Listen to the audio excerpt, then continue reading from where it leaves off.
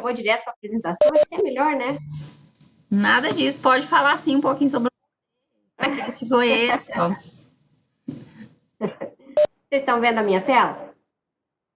Sim, tá aparecendo sim ele. Tá aparecendo ela inteira ou tá aparecendo ela dividida? Tá inteira. Tá, porque eu não sei se eu compartilhei o monitor certo, mas então Não, tá. deu certo, tá inteira. Bacana. Bom, gente, na minha carreira toda, eu comecei, deixa eu ver, em 2004, trabalhar com gestão de projetos. Eu não faço as contas, por favor, mas já faz um bom tempo aí, né?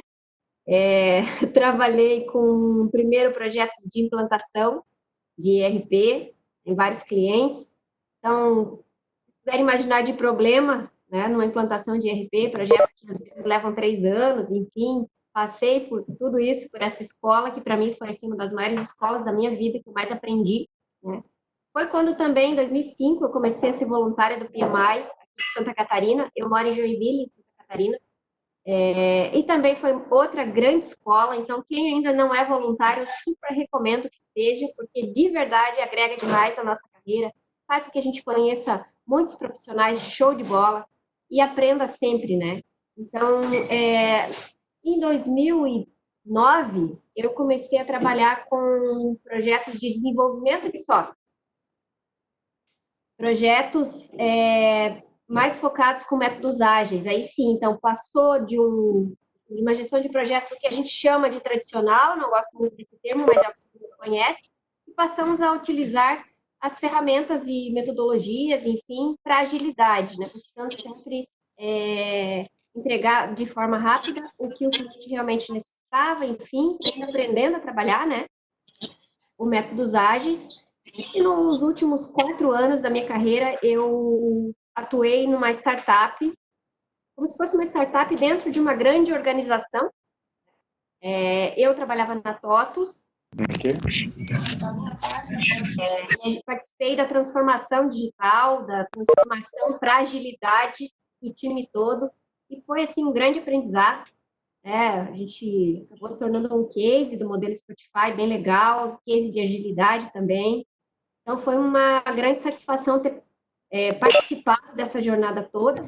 E hoje, atualmente, eu sou gestora de desenvolvimento de software na Thomson Reuters. Não sei se vocês conhecem a empresa, mas é uma das melhores empresas para se trabalhar, né? Uma grande empresa, uma grande corporação. Tenho muito orgulho de fazer parte dela. E estou aqui hoje para compartilhar um pouco com vocês sobre tudo isso, né? Sobre essa jornada toda, os aprendizados, algumas recomendações. Eu atuo também com consultoria.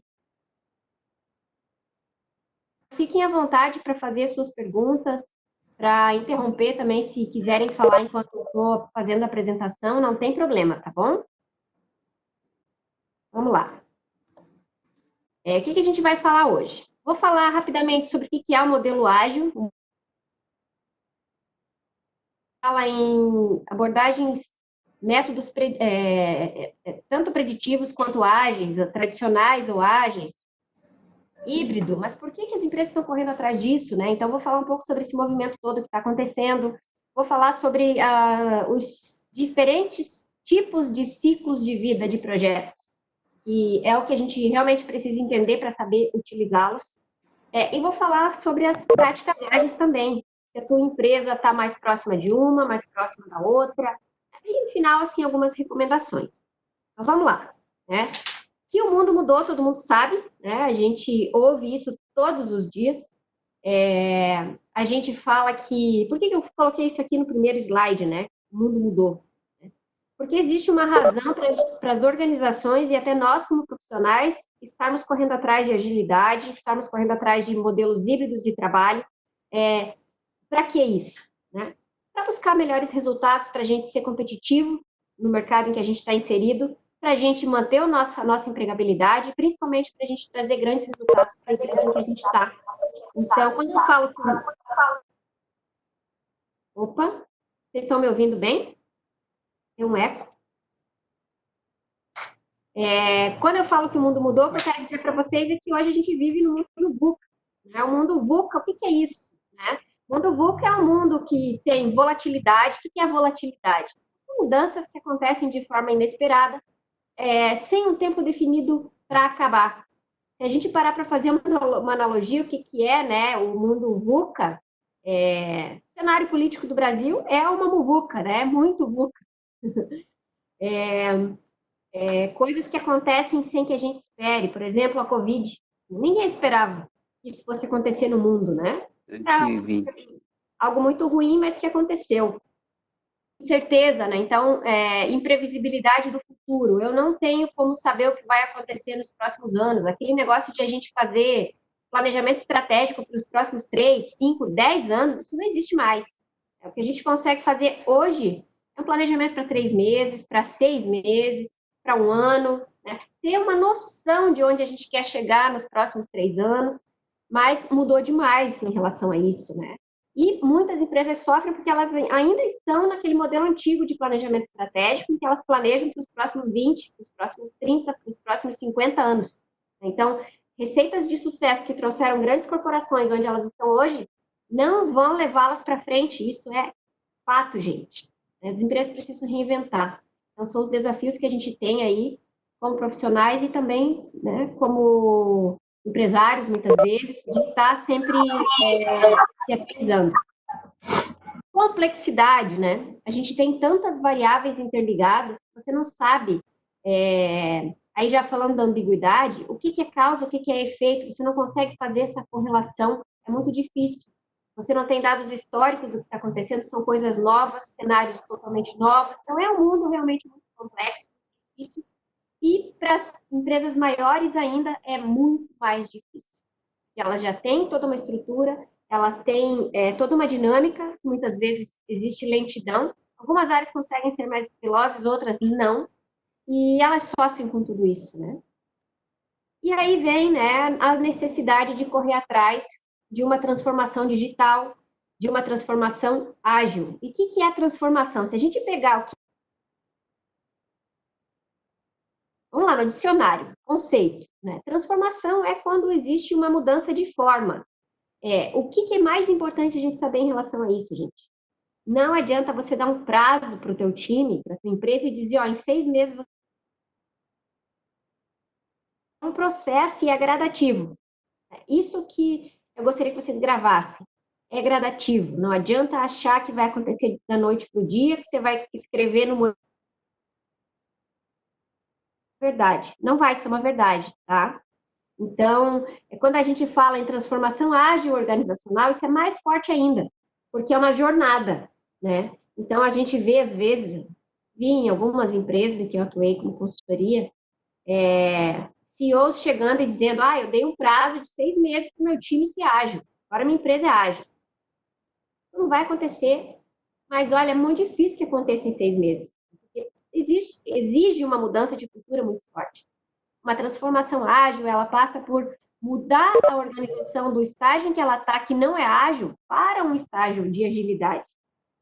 Fazer com que a organização ganhe velocidade e se adapte às mudanças desse mundo VUCA que a gente falou. Isso requer experimentação, um ambiente que seja amigável a falhas.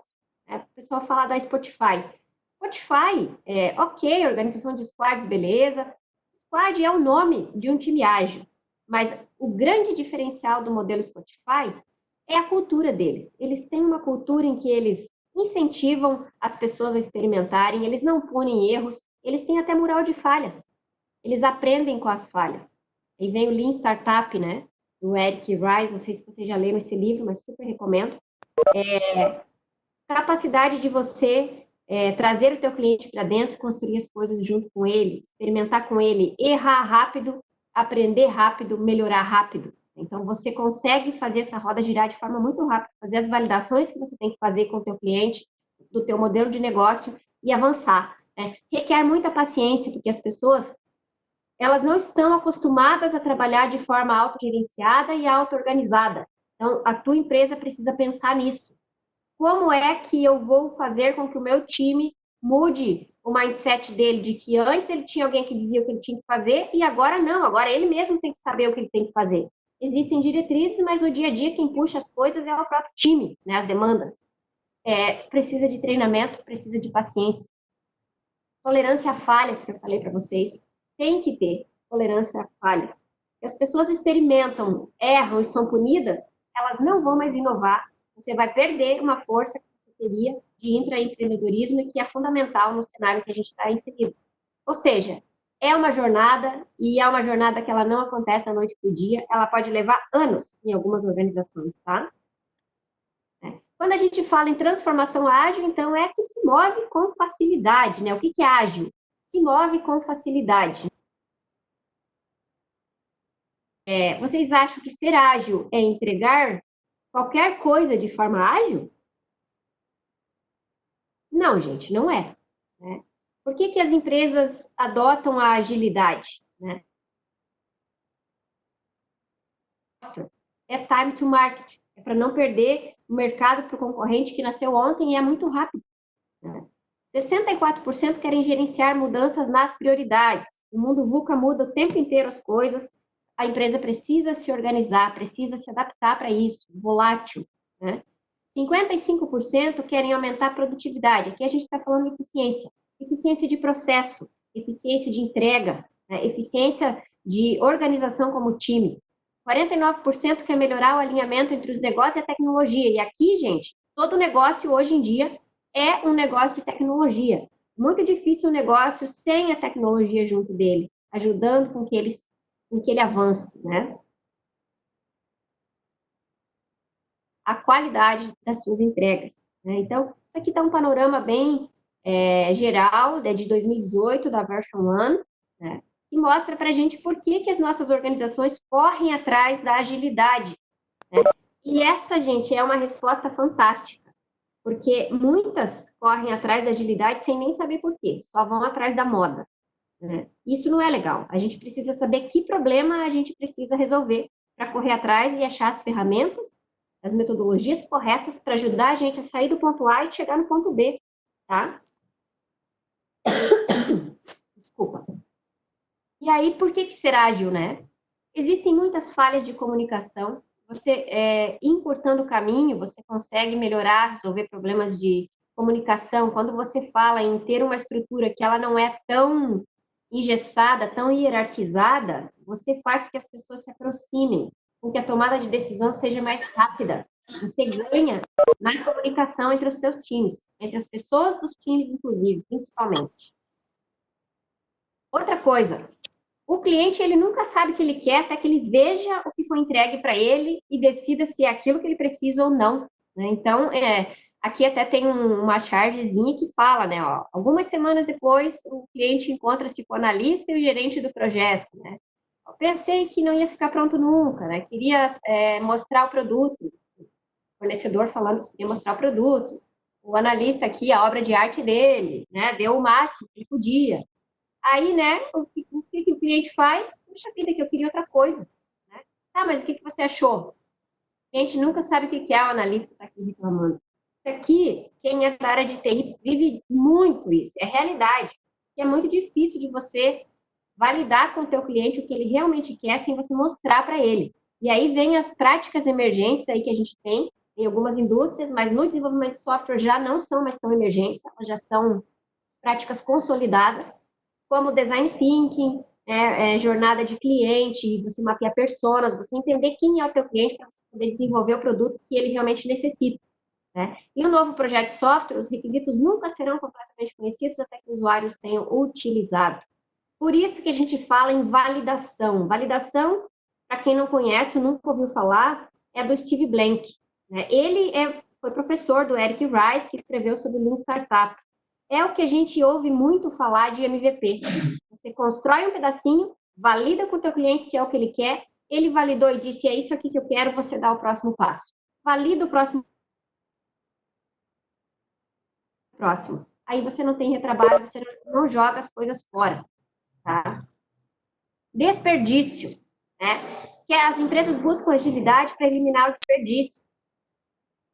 Tem tanto software, gente. Só um minuto. Tanto software com tanta funcionalidade que os clientes nunca usam, que é impressionante. E aqui tem um exemplo disso. O cliente ele só queria um pouquinho de serra. Olha o que entregaram para ele. O coitado do cliente não consegue nem se achar no meio de tanta funcionalidade. O produto chega a ficar difícil de ser utilizado, né? E aqui tem uma estatística do Sales Report que ele fala que 64% das funcionalidades, aí somando, né, nunca, 45%, e raramente 19%, nunca são utilizadas ou raramente são utilizadas. Por quê? Porque a gente acha que está fazendo a oitava maravilha do mundo, mas o cliente não vai usar aquilo, né? Então, vamos eliminar o desperdício, vamos primeiro entender o que o nosso cliente quer e depois fazer as nossas entregas, tá? E aí, falando em ciclo de vida de projeto, né, e práticas ágeis. Lá em 2013, a gente tinha 50% das empresas que elas ainda... só, assim, 49,9% das organizações que utilizavam algum tipo de metodologia. E tinha o Scrum, algumas tinham um modelo próprio, né? Enfim, outras que estavam emergindo, como XP, enfim, né? O FDD, e por aí vai. Isso lá em 2013, tá, pessoal? 31,2% das organizações pretendiam investir em práticas de desenvolvimento ágil de projetos. Em 2017, a gente tem um cenário um pouco diferente, né? Em que apenas 12% das organizações não utilizam algum tipo de abordagem ágil, né? A gente tem um cenário de que 40% de todas as organizações utilizam frequentemente ou sempre essas abordagens ágeis. Isso a gente está falando de um universo ali de 3, 4 anos. Ou seja, né, olha o avanço disso. Né? Em 2016, né, a gente já tem um cenário um pouquinho diferente aqui, né, com 75% utilizando o Scrum ou Scrum com qualquer outra abordagem ágil, como Scrum com XP, Scrum com Kanban, e por aí vai. Então, assim, vejam a evolução disso, tá?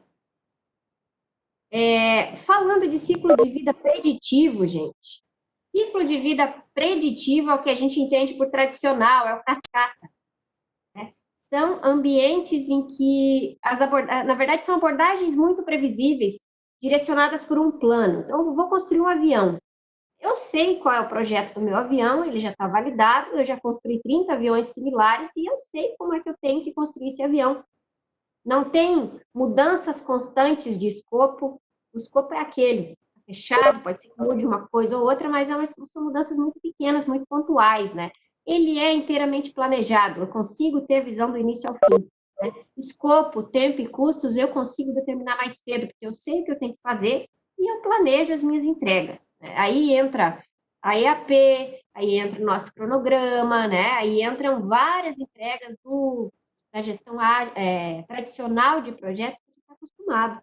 É o universo aí que, vamos lá, principal escola, né? PMI, Institute, enfim, mas principalmente o próprio PMI, né? Que é a referência mundial com a certificação PMP. O produto e as entregas são definidas no início do projeto. Então, eu consigo fazer um planejamento do início ao fim, né? Mudanças no escopo são cuidadosamente gerenciadas, porque geralmente elas envolvem grandes custos, envolvem atrasos, né? Então, eu consigo ter a visão do todo. E aqui em cima até tem um ciclo, né? Que é falando em software. Eu primeiro fazia toda a análise do meu projeto inteiro, ficava lá 6 meses fazendo análise, 3 meses fazendo análise. Depois eu fazia uma especificação técnica, um desenho. Depois eu partia para uma codificação, para a construção propriamente dita. Depois eu testava e lá no final eu entregava. E quando eu entregava, meu cliente me dizia: não, mas eu não preciso mais disso, agora eu preciso de outra coisa. Por quê? Porque eu não fui validando as minhas entregas com ele.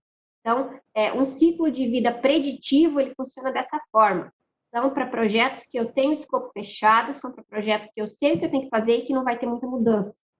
Então, entendam. O que eu quero dizer com isso? Nem tudo a gente tem que usar o ágil. Tem momentos em que a gente tem que usar o preditivo, que é o mais adequado. É importante que vocês entendam quando, em que tipo de projetos devem ser utilizados. Quando a gente fala de um ciclo de vida ágil, eu já estou falando de abordagens adaptativas. O que é isso? Né? Ela pode ser incremental, ela pode ser iterativa, eu preciso descobrir fase a fase o que eu vou entregar para o meu cliente. Eu não tenho escopo das próximas fases enquanto eu não termino aquilo que eu estou trabalhando. Então, o que eu tenho? O produto é desenvolvido de forma incremental, através de múltiplas iterações, Um escopo detalhado é definido para cada interação somente no início desta, ou seja, termino uma e planejo a próxima. É o conceito de sprint que a gente é acostumado, né? E é esperado que os requisitos mudem. A mudança, ela é uma constante, a gente está preparado para ela, né? Então, são projetados para reagir a altos níveis de mudança e movimento contínuo. As iterações são rápidas e fornecem feedback para planejar melhor, tá? Quando a gente fala em ciclo de vida ágil, eu preciso ter o meu cliente muito próximo. Ele tem que estar envolvido. Se o cliente não está envolvido, também... Porque o grande diferencial é eu fazer as validações com o meu cliente. Se eu não vou ter isso, se o meu cliente não tem disponibilidade para me atender, também não faz sentido, tá? E o que acontece no ágil? Como eu planejo pequenos pedaços, eu acabo tendo um baixo custo de mudança. Se eu entendo que eu não estou no caminho certo, eu jogo fora e começo de novo e meu custo não é tão alto, tá? Aqui a gente tem um exemplo, né? Quando eu tenho, nesse gráfico aqui, eu tenho a frequência de entrega e uma outra variável que eu tenho é o grau de mudança. Se eu tenho uma alta frequência, vamos lá, vamos começar pelo baixo, uma baixa frequência de entregas. Eu não preciso fazer entregas pequenininhas e frequentes. E eu tenho um baixo grau de mudança, ou seja, um escopo que ele está firme, eu tenho um ciclo de vida preditivo. Se eu tenho uma alta frequência de entrega, o meu cliente exige que eu entregue em vários pedaços para ele o tempo inteiro, mas eu tenho um alto volume de mudança, ou seja, meu escopo não está claro, eu tenho um ciclo de vida iterativo. Planejo uma iteração, e o que eu faço? Eu tenho feedback constante sobre isso, eu termino o meu trabalho, eu já começo o próximo, mas eu não começo o próximo sem eu validar o que eu terminei agora. Se eu estou no caminho certo ou não. É fácil de você corrigir, é fácil de você modificar. Você trabalhou num pedaço só. Agora, quando você tem uma alta frequência de entrega, né, com um escopo muito, muito fechado e firme, nós estamos falando de um ciclo de vida que ele é incremental. Eu sei o que eu tenho que fazer, eu planejei entregar para o meu cliente. Todo mês eu faço uma entrega para ele, por exemplo, né? Ou toda semana um pedacinho, cada 15 dias, mas eu sei o que eu vou entregar para o meu cliente, não tem variação. E quando eu tenho alta frequência de entrega e alto grau de mudança, eu tenho aqui o ágil, que ele é tanto incremental quanto iterativo. Ou seja, eu tenho alto grau de complexidade para trabalhar. Esse aqui é um modelo, é um gráfico do PMI, do Guia Ágil, do PMBOK, da última versão, tá? Não sei se vocês já estão familiarizados com ele, né? Ele te mostra, dependendo das características do teu projeto, que abordagem você deve utilizar, que tipo de método você deve trabalhar. Então, ele avalia 3 grandes pilares. Primeiro, a cultura da organização. Na cultura, eu vou avaliar o engajamento da alta direção com o meu projeto, ou seja, é um projeto que o time da alta gestão está envolvido, eles acompanham e estão disponíveis para tirar dúvidas e tudo mais. Como é que é a confiança na equipe? A equipe já trabalhou com projeto similar, a equipe ela é autossuficiente, tem conhecimento, né? Como é que é a tomada de decisão, né? Meu time ele é empoderado para a tomada de decisão, ou eu tenho uma alta dependência hierárquica para a tomada de decisão. Esse é o pilar da cultura, tá? Na equipe do projeto, eu tenho o tamanho da equipe. Então, qual é o tamanho da minha equipe? É uma equipe que tem 3, 4 pessoas? É uma equipe que tem 5 até 8 pessoas? É uma equipe maior que 9 pessoas? Vai colocando no gráfico aqui, pontuando para cada um deles, e ele vai te dando um gráfico de radar, considerando a variável também do tamanho do time, de acesso ao cliente, qual é o nível de acesso que a gente tem ao cliente, né? E a experiência da equipe. No pilar de projeto, a gente tem se existe um alto grau de mudança ou não, ou seja, estou prevendo mudanças ou o meu escopo está bem firme, o cliente sabe o que ele quer e a gente já tem meios de ter mais certeza a respeito disso. Também pontua e ele vai colocar no gráfico para ti Se você está aqui dentro, é ágil. Se você está nessa faixa do meio, é híbrido. E se você está aqui no final, na faixa de fora, é o que a gente chama de tradicional. Aqui, quando a gente estava falando do pilar de projeto, a gente estava falando em criticidade. Quão crítico é esse projeto para a minha organização? É um projeto que não pode ter falhas? Se tiver falhas, pode comprometer o meu negócio? Né? Pode causar um desastre natural? Como é que é a minha entrega? Ela tem que ser incremental ou ela pode ser de uma vez só? Entrega de um avião, como é que eu vou entregar um avião de uma forma incremental? Vou entregar só as asas para o meu cliente. O que ele vai fazer com isso? Vou arrumar um problema para ele, né? Porque ele não vai ter nem onde guardar as asas. Então, precisa ter esse tipo de avaliação. E esse gráfico, ele é fantástico para isso. Então, ele te dá por projeto o que você deve usar. E o que a gente chama de híbrido, gente? Híbrido é você mesclar várias metodologias. É você entender que num pedaço do teu projeto você precisa utilizar, você tem um ciclo de vida que ele é híbrido, que ele é preditivo ou que ele é ágil. Vamos pegar um projeto de construção civil. Né? Já citei alguns lugares que eu tive a oportunidade de falar, um exemplo de uma construtora aqui de Joinville que chama Perville. Eles construíram a fábrica da BMW, foram referência no mundo, ganharam vários prêmios com essa obra, e eles fizeram uma das partes do projeto, que era a construção propriamente dita dos galpões, eles quebraram em vários pedaços, e eles utilizaram a metodologia da Porsche, a Tact Planning, né? E ganharam velocidade, acharam o Tact Time perfeito para a obra, foi um sucesso. Por quê? Porque eles realmente fizeram esse exercício, fizeram o exercício de entender quais tipos de ciclo de vida eles tinham durante todo o projeto, do início ao fim. E aqui nós estamos falando desde a concepção da ideia do projeto ou do produto até o time to market, até o go to market, na verdade, né? Tudo, do início ao fim. Tá? Quando a gente fala em características de projetos ágeis, né, a gente tem foco no produto e no cliente, entrega iterativa do produto, valor incremental sendo entregue, times que são auto-organizáveis, times multifuncionais, envolvimento ativo dos usuários, a gente tem maximização do ROI por conta de tudo isso, a gente tem uma liderança que ela é servidora e participativa.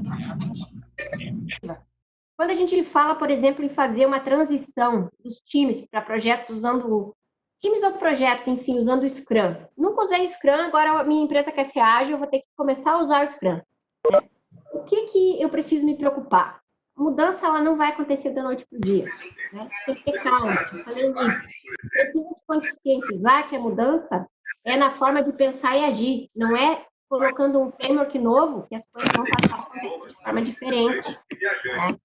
O maior obstáculo é a cultura. E aqui a gente tem uma máxima que fala, né, que a cultura, né, com a minha estratégia no café da manhã. E é verdade.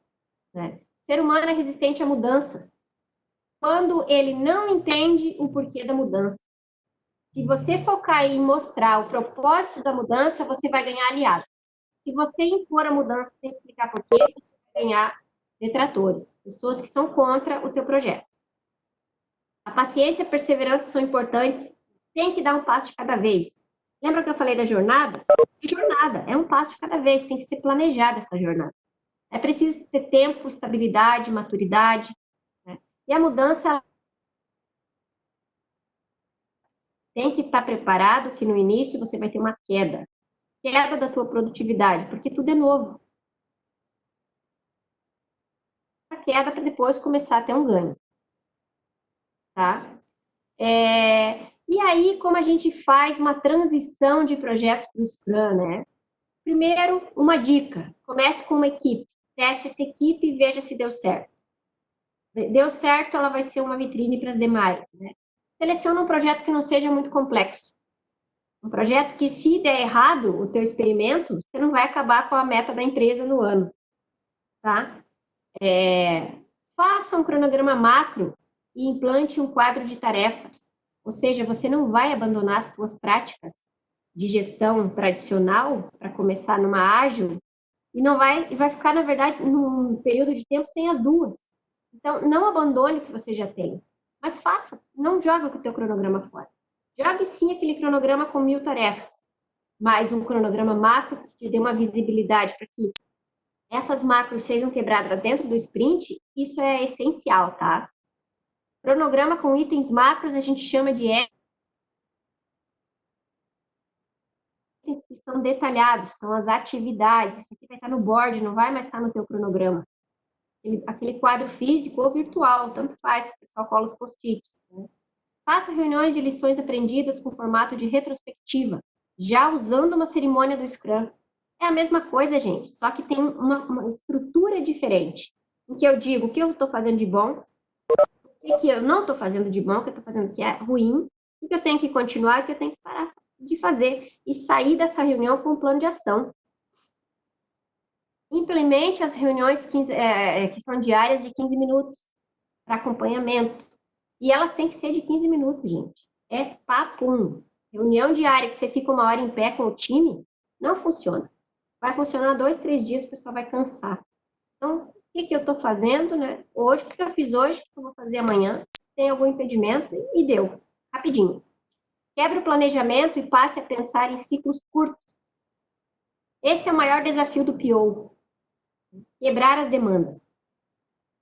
Marque reuniões periódicas para inspecionar as entregas do time. Ver se o time realmente está conseguindo trabalhar. Tá? Agora vamos falar em papéis, né? Quem que é quem?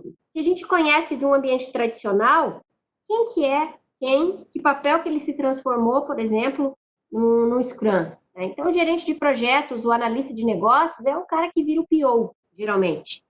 O gerente de projetos, líder técnico, né, ele faz parte do time de desenvolvimento, é o Dev Team. O gerente de projetos facilitador nas atividades, aquele cara que tem uma visão mais estratégica, tem mais um perfil de liderança, ele é o Scrum Master. Quando eu tenho gerente de projetos de verdade, né, ele pode ser um PO ou um Scrum Master, ou posso até, inclusive, manter fora do time como uma gestão de portfólio, por exemplo, num nível mais alto. Um analista de negócios ou requisitos pode virar um PO, porque ele já tem a visão do negócio, né? Um líder técnico da equipe, ele pode ser um desenvolvedor líder, tá? Teste, aqueles silos que a gente tem separados hoje, falando em software, ele faz parte do time de desenvolvimento também. E se a gente falar em squad, ele faz parte do squad, como membro da equipe. Os desenvolvedores também, são desenvolvedores, né, Dev Team. Aí DBA e outros especialistas, tudo é Dev Team. O Scrum chama todos de Dev Team. Tá? Agora vamos lá. Se a tua empresa concorda em mudar o ciclo de...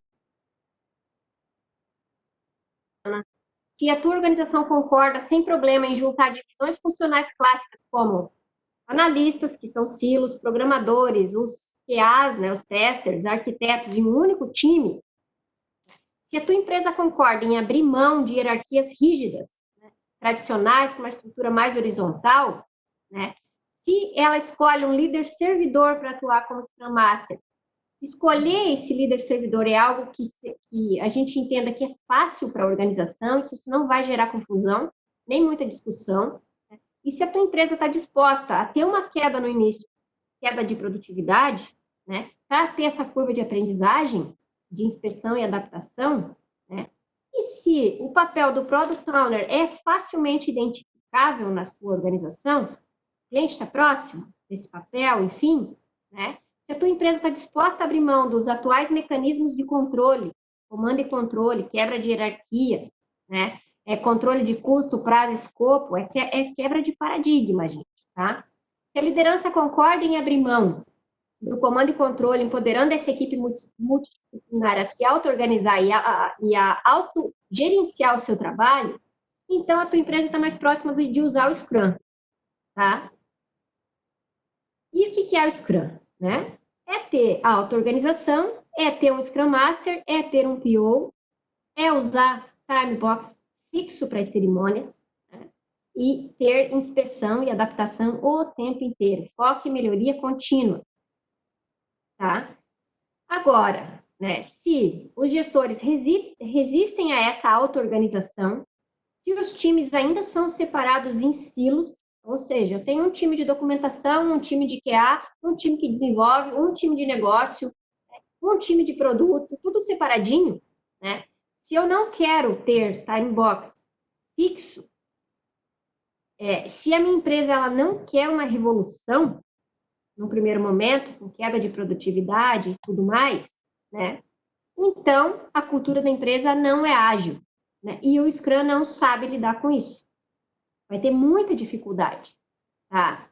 E aí, se a empresa está disposta a melhorar o processo a partir do que ela já faz hoje, de forma gradativa, passinho por passinho, sem ter essa revolução, se ela está disposta a buscar uma abordagem que seja evolucionária para a mudança e não disruptiva, se ela está disposta a inicialmente respeitar papéis, ou seja, eu não quero mudar tudo, dizer que agora o meu analista de negócio é um PO, ou dizer que o meu profissional que faz teste, ele faz parte do time de desenvolvimento. Não quero fazer isso, né? Se a minha empresa ela está disposta a inicialmente respeitar esses papéis, esses cargos e o processo que já está estabelecido,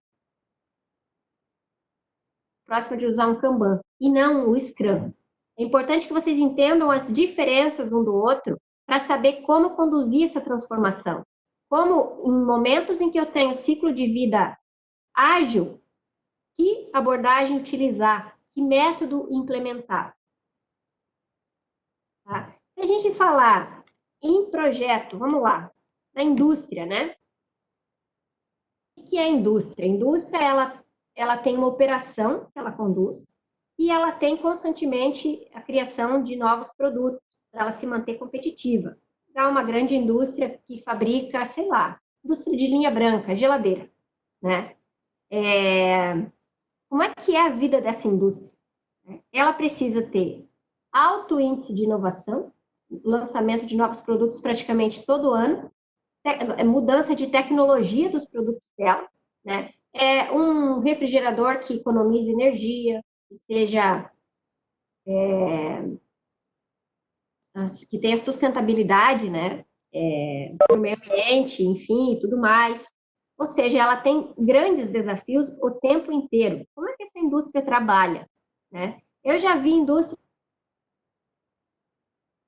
usar o Scrum e que fez rollback, voltou atrás e viu que não atendia. Por que não atendia, gente?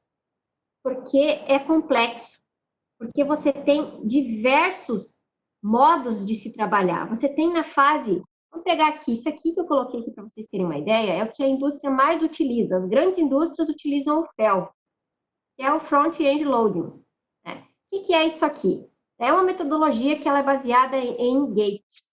Né? São stage gates de aprovações. Então, o que eu tenho no gate 1 aqui, né? Primeiro, essa parte azul aqui ó, é o domínio da unidade de negócio. Então, eu ainda estou vendo quais são as necessidades, qual a exigência legal, quais são as oportunidades, né? E aqui eu preciso ter identificação de oportunidade. Se eu identifiquei que é uma oportunidade legal, ela vai passar pela aprovação do Gate 1. Se ela é viável tecnicamente e tudo mais, ela já vai ser avaliada no Gate 2. E aqui entra escolha de alternativas técnicas para viabilizar essa ideia. Aqui entra a engenharia conceitual, tá? Tem mais um portãozinho aqui, um gate de aprovação. Passou pelo segundo gate, o que a gente vai ter? Nós vamos fazer o detalhamento da solução que foi adotada aqui no passo anterior, no FEL 2. E aqui, gente, é a engenharia básica. Aqui é o domínio da área de engenharia. Então, vejam, desde que a gente tem uma ideia de um produto, até que a gente passe a ter o detalhamento dessa solução, para começar a criar uma cara do que seria esse produto, eu estou no gate 3 de aprovação.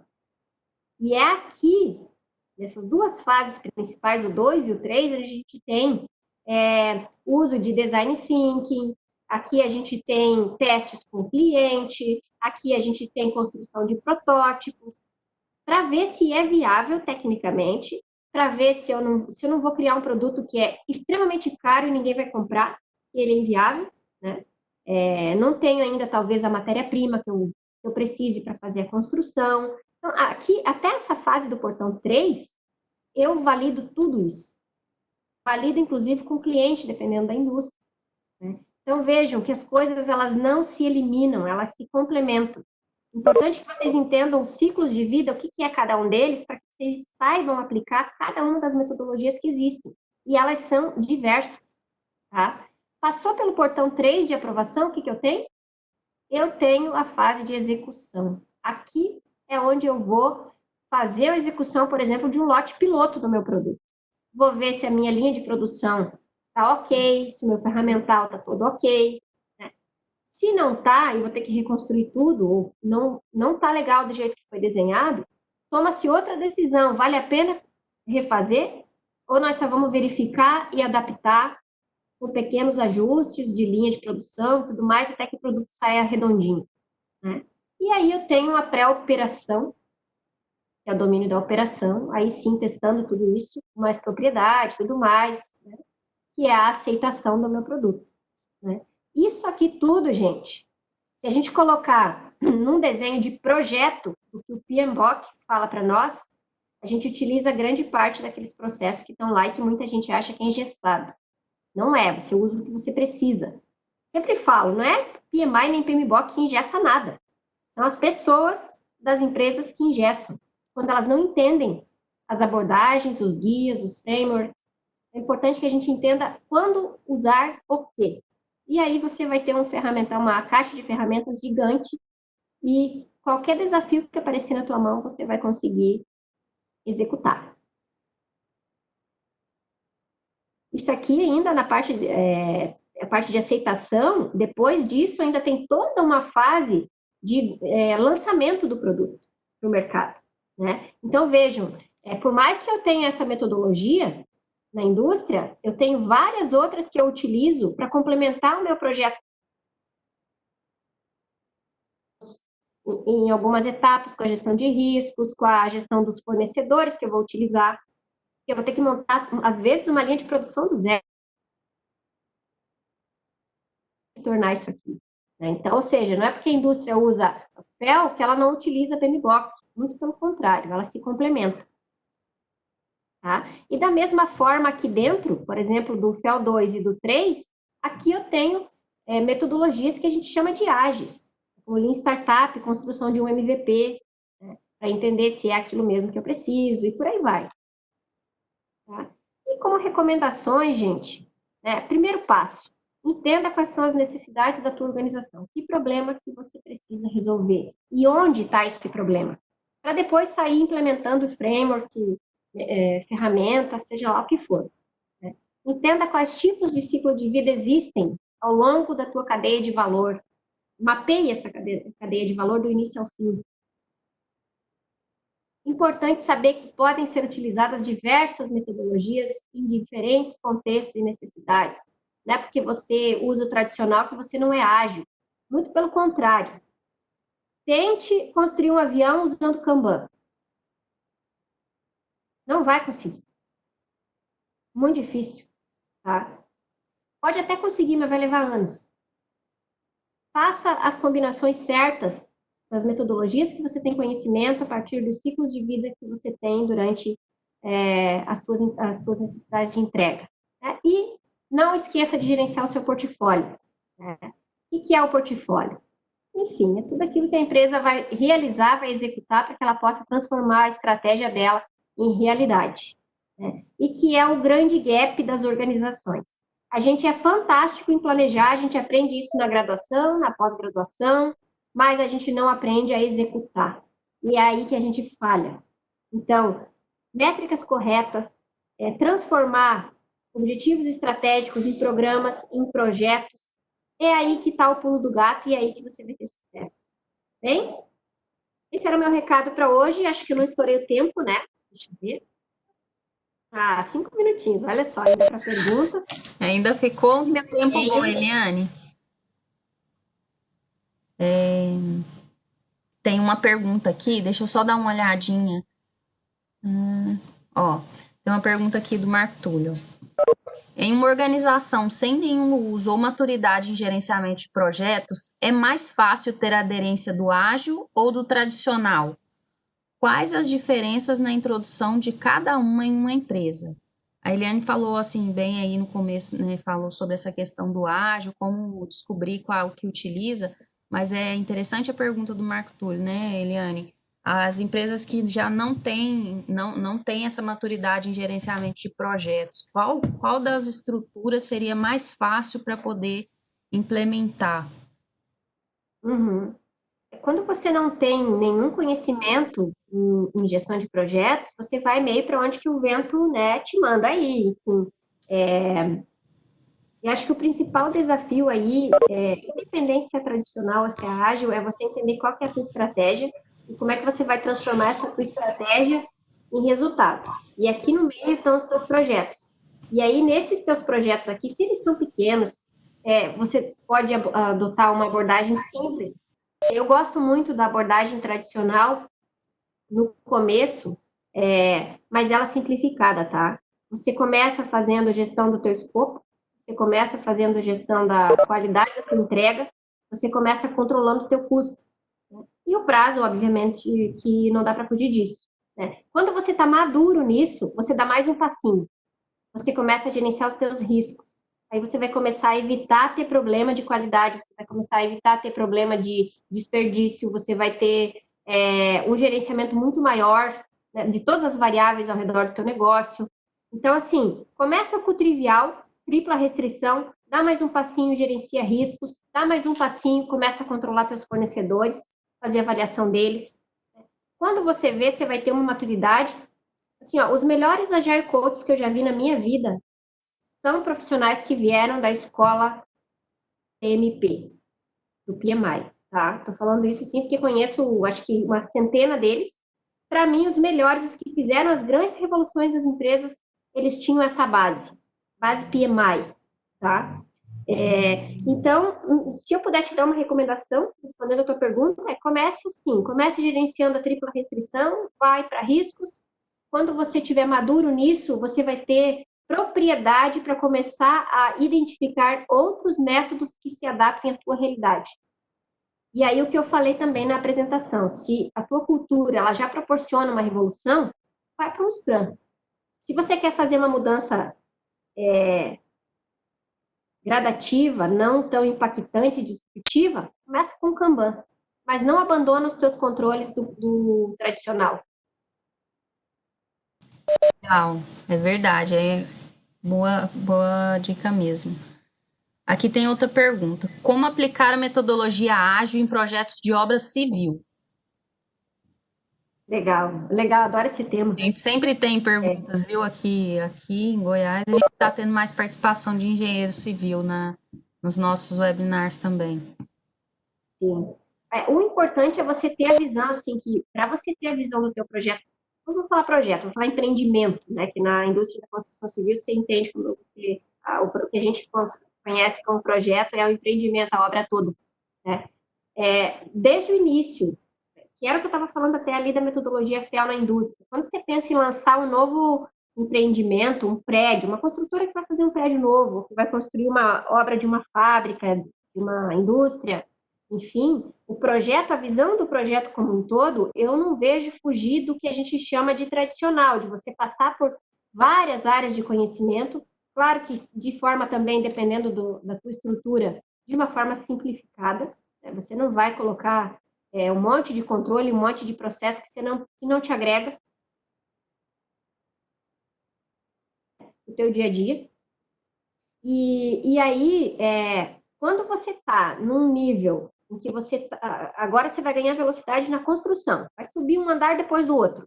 Você consegue fazer a mesma coisa, por exemplo, que a Perville fez na obra da BMW.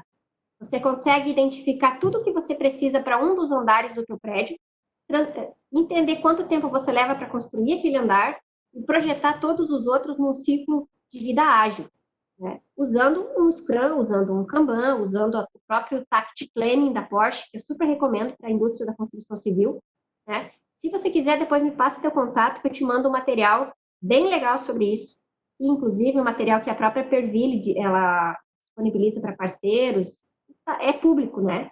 Então, tem um case bem legal, né? Posso, inclusive, conseguir um benchmarking com eles, sou bem próxima deles. Mas, para mim, é uma referência. Onde que você pode ganhar escala? Onde que você consegue ter pedaços que são iguais, que são muito parecidos, para que você tenha uma estimativa quase que igual também dessas partes e consiga ir entregando o valor cada vez que você entrega uma delas. Porque se você planejar, por exemplo, a entrega de um apartamento pronto, é um cliente a menos enchendo, né, ficando preocupado, incomodando e tudo mais. Você vai entregando a tua obra, né, e vai entregando valor para o teu cliente. E foi o que a BMW fez, a Caterpillar fez na obra da BMW. Eles foram fazendo entregas em que o cliente já podia ir usando a fábrica se quisesse. De uma forma em que ele ficava realmente concluído. Não começaram a subir um monte e ficava tudo pela metade. Não. Foi um negócio gradativo, encontrando tact time e evoluindo. Legal, Eliane. Tinha até alguém que perguntou, foi a Adriane, ela perguntou em relação ao material, se seria disponibilizado, né? E aí, se você puder disponibilizar o seu material, então, juntamente com esse outro, eu já distribuo junto com o nosso agradecimento aí para todo mundo. Tem mais uma perguntinha aqui que é Eu gravo um PDF aqui como e construção civil também. Tá bom, obrigada. Como podemos utilizar a gestão ágil para simplificar o planejamento, promover soluções descomplicadas e acessíveis na criação de planos e projetos? Pode repetir o início da pergunta? Tá. Como podemos utilizar a gestão ágil para simplificar o planejamento e promover soluções descomplicadas e acessível na criação de planos e projetos? Uhum. Uma coisa assim que, tirando projetos em que, por exemplo, eu falei da construção de um avião, a construção de uma própria hidrelétrica, que você tem que fechar contratos muitas vezes milionários, que envolve multas gigantes, né? Mas no dia a dia, quando você precisa construir produto, você não vai mais fazer aquele plano de projeto gigante, até porque as mudanças elas são constantes. Então não vale a pena, né? O que eu recomendo para planejar de forma muito simples e muito ágil é a ferramenta do professor Finocchio, que eu não sei se vocês conhecem, que é o PM Canvas. O Canvas, né? É muito interativo, ele promove essa interação entre os diversos stakeholders, diversos envolvidos no projeto, que precisam ser envolvidos, e na frente de um quadro, de um painel lá, que é o Canvas de OPM, você consegue ter informação do teu projeto para sair com um plano dali e sair trabalhando, com risco, com orçamento, com premissas e restrições, com visão já de WBS. Então, quer simplificar o teu plano de projeto, usa o PM Canvas. Tá? Quando eu comecei a mudar de abordagem tradicional para ágil, isso lá em 2009, eu comecei trabalhando muito parecido com isso. Na época, acho que nem tinha o PM Canvas ainda, mas já era muito similar. A gente começou a se reunir, começou a não... Eu customizava tudo. O pessoal até brigava comigo, o pessoal de processos, porque como no planejamento você diz o que você vai usar da metodologia, eu cortava tudo. Não vou fazer essa etapa, não vou fazer essa, não vou fazer essa, e ficava um negocinho desse tamanho, né? Mas nem sempre a gente para fazer esse trabalho. Demora você olhar do teu processo que existe hoje, o que você não precisa para esse projeto, né? E acho que essa é a grande flexibilidade que as empresas precisam fazer em relação ao processo, porque você tem demandas que realmente elas requerem um controle maior, você tem demandas que elas são simples e elas têm que ser muito rápidas, né? O risco é baixo, então você pode simplificar as coisas e você deve simplificar as coisas. E aí eu vejo que precisa ter mais que um processo. Você precisa ter flexibilidade. Os times, eles não trabalham da mesma forma. Um time trabalha de uma forma, outro time trabalha de outra forma. O processinho básico, ele tem que ser igual. Vamos falar em software aqui. O processinho básico, ele é o mesmo de desenvolvimento. Mas dependendo da tecnologia, dependendo do cenário que você está envolvido, quem é o teu cliente, você vai ter mais controles ou menos controles. Então, essa é outra preocupação que eu sempre recomendo para as empresas em que eu vou, de que elas flexibilizem as coisas, que elas deem essa autonomia para os times. Tem um mínimo de controle de qualidade, mas que os times também possam ter autonomia na forma de trabalhar. Tem mais uma perguntinha da Eliane complementando o que você respondeu, Eliane. Posso utilizar o PM Canvas para o plano do projeto de comunicação? Comunicação, dependendo do tamanho do teu projeto, ele é mais crítico. É legal que tu tenha um template para você não esquecer de nada, né? Porque tem riscos envolvidos. Se esquece alguém que é fundamental para ter o apoio dele, foi. Então, assim, se você tem um projeto que é complexo, que envolve muito stakeholder, também da mesma forma que um stakeholder pode dar uma canetada e acabar com o teu projeto, tome atenção no teu plano de comunicação. Não use o Chemical. Use um template, use técnicas e ferramentas que já sejam consagradas, com matrizes, inclusive com o próprio mapeamento dos seus stakeholders. Quem projeto, né? Qual que é a percepção dele em relação ao teu projeto? Ele é contra ou ele é a favor? Esse mapeamento, isso aí é fundamental para o sucesso do projeto. Com certeza.